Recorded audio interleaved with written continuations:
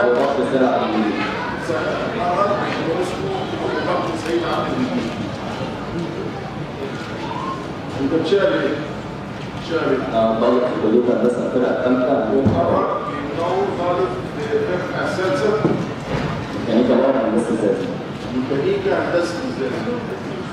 ايه اللي حصل لك اول حاجه؟ سيادة القاضي قبض عليا 25/2. وقرر انه قبض علي يوم 25/2 من المنزل الساعة 5 الفجر. الساعة 5 الفجر. الساعة 5 الفجر. كنت قبلها عامل عملية رباط صليبي. وأنا كنت قبلها عامل عملية رباط صليبي. 9/2. من 9/2. وريت ضباط أمن الدولة العملية وريت ضباط الأمن الوطني العملية. برضه يعني شايلنا على كتفي. وراحوا شايليني. شالونا على كتفهم وحطوني في مدرعة. شالوني على كتفهم وودوك فين؟ في مدرعة. حطوني في المدرعة. بعدها على طول رفع عليا سكينة وقال لي يا ابني وبعدها رفع سكينة. قال لي يا ابني انت عامل عملية ومش عارف ايه ومش عايزين نأذيك وكذا وكذا وكذا. قال لي انت عامل عملية ومش عايزين نأذيك. انا عامل ايه او انت واخدني ليه مش عارف ايه. وانا سألتهم عن سبب القطع. فودوني على مبنى امن الدولة في الزقازيق. ودوني على مبنى امن الدولة في الزقازيق. فضلت اسبوع كامل سيادة القاضي تحت التعذيب. اسبوع كامل بالظبط. كامل تحت التعذيب. في اثار لو عايز تشوفها ممكن قول بس. لا مش مفرجت. طيب. كهرباء في راسي. عرفت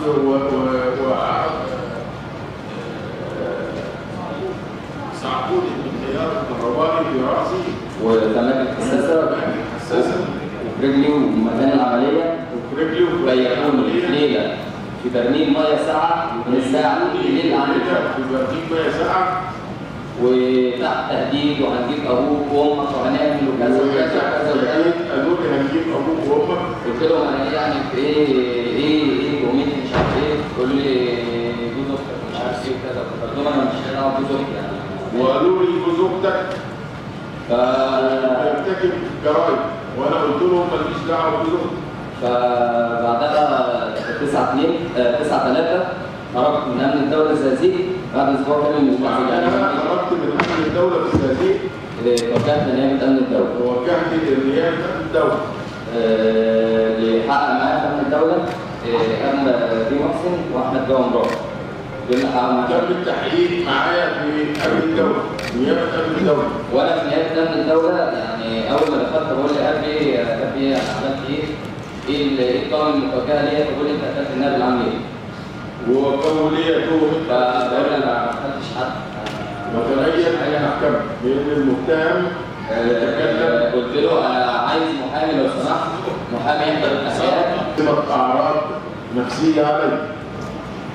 سبت الوقت يعني استلمت الاعراض النفسيه جت لي يعني جت من شهر تقريبا. المتهم بان الاعراض النفسيه اللي جت لي حتى ضباط العرب هناك ممكن يشهدوا على كده يعني. بس بالتاكيد انت عارف هم حضرتك كانت سووا النت ايه الاعراض دي بقى اللي بتجيلك؟ اولا يعني يوم 13/7 كنت انا هنا في هو مره المتهم يوم 13/7 عمال اشوف قدام عيني حاجات غريبه يعني زي ما كنا انا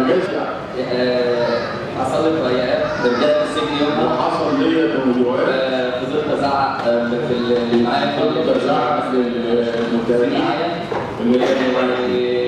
خرجوني بالفعل من المستشفى.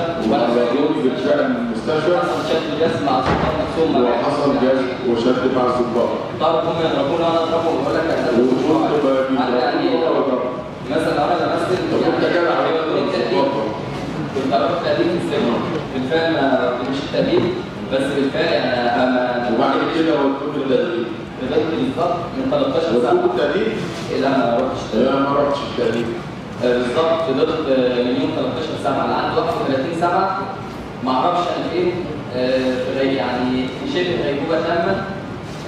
حصل لي غيبوبه هناك في السجن بيفكروا ان انا بمثل.